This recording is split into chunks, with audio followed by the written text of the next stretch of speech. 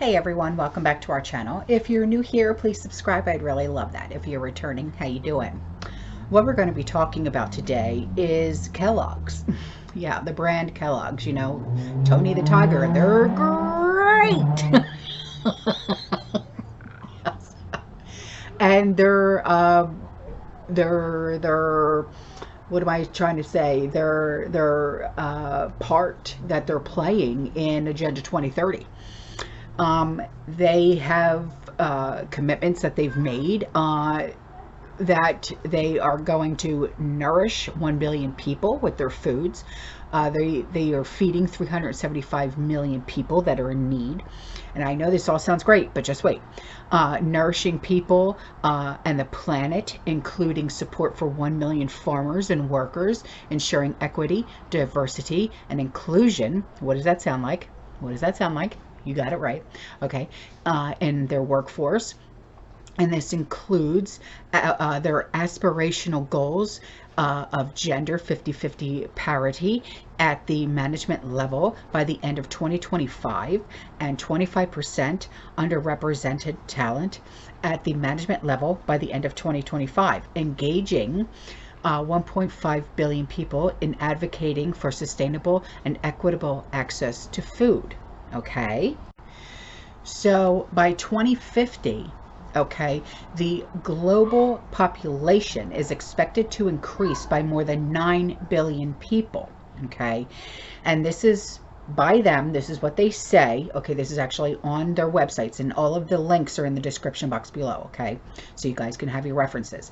The food supply will need more than double in a sustainable manner to feed people without further depleting the planet. An animal first food system simply cannot meet this challenge. At Kellogg, we know that we must encourage consumption of more plant-based foods. We understand the significant role we must play as a food developer and advocate for plant-based diets to make adoption of this way of eating easier, tastier, and more healthier. But listen, when they say plant-based foods, I want you, if you buy their product, okay, whether it's soup or cereal or whatever the case may be, you know, granola bars, whatever, read the labels, because when they say plant-based, there could be bugs in it. You don't know. You know what I mean? So read the labels.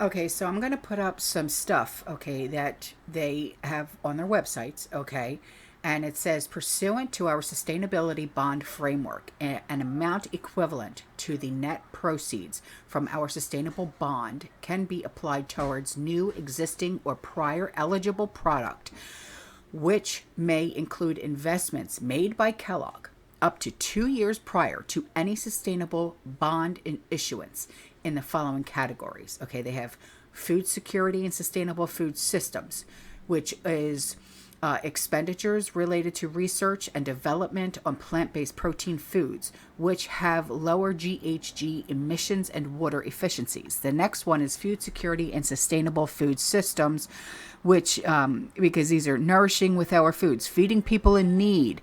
Then you have renewable energy. Then you have energy efficiency. Then you have circular economy, okay? And these are all like on-site renewable energy, sourcing expenditures, fees and expenses, procurement of sustainable timber packaging materials. Take a look, okay?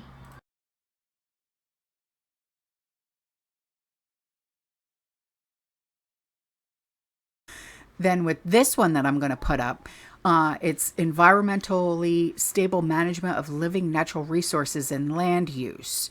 Then they have green buildings, sustainable water and wasteland. Okay, but for the green buildings, they want LEED, L-E-E-D, gold or platinum. BREEAM, which is B-R-E-E-A-M, excellent or outstanding. Energy Star, 85 or above.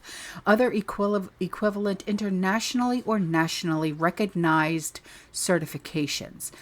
For the sustainable water and wastewater management, investments in facilities and operations that improve water use efficiency, including water recycling, water reuse projects, investments to replenish watersheds in high water risk areas, including tree planting, rainwater harvesting, aquifer recharge, wetland rehabilitation, alternative crop rotation.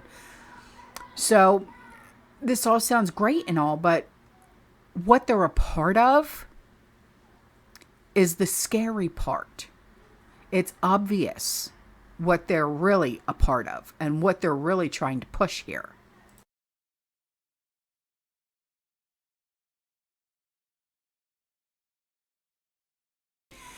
And I hope I'm reading this wrong. I really do, because it says the Kellogg Treasury Department tracks the allocation of proceeds and reports the percentage of bond proceeds allocated.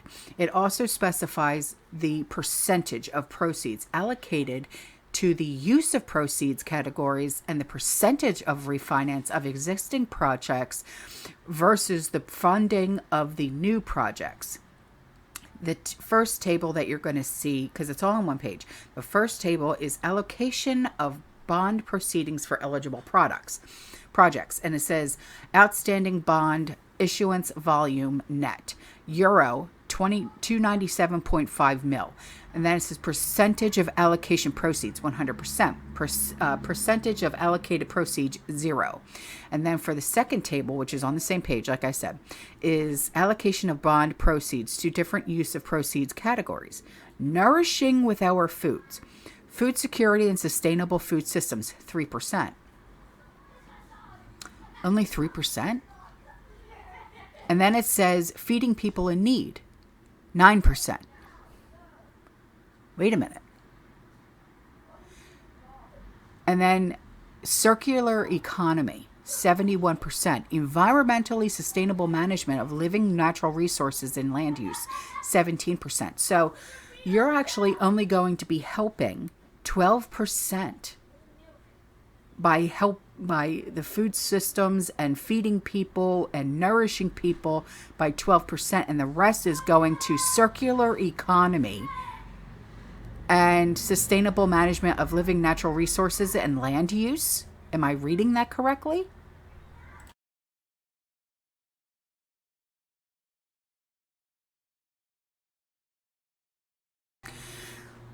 So what do you guys think? I don't know. It's all like, it seems a little confusing to me, but I don't know if I read that right or not. All right, guys, I'm out of here. I'll see you in the next one, okay? You stay safe, you stay positive, you keep prepping, and as always, fear less. Ciao.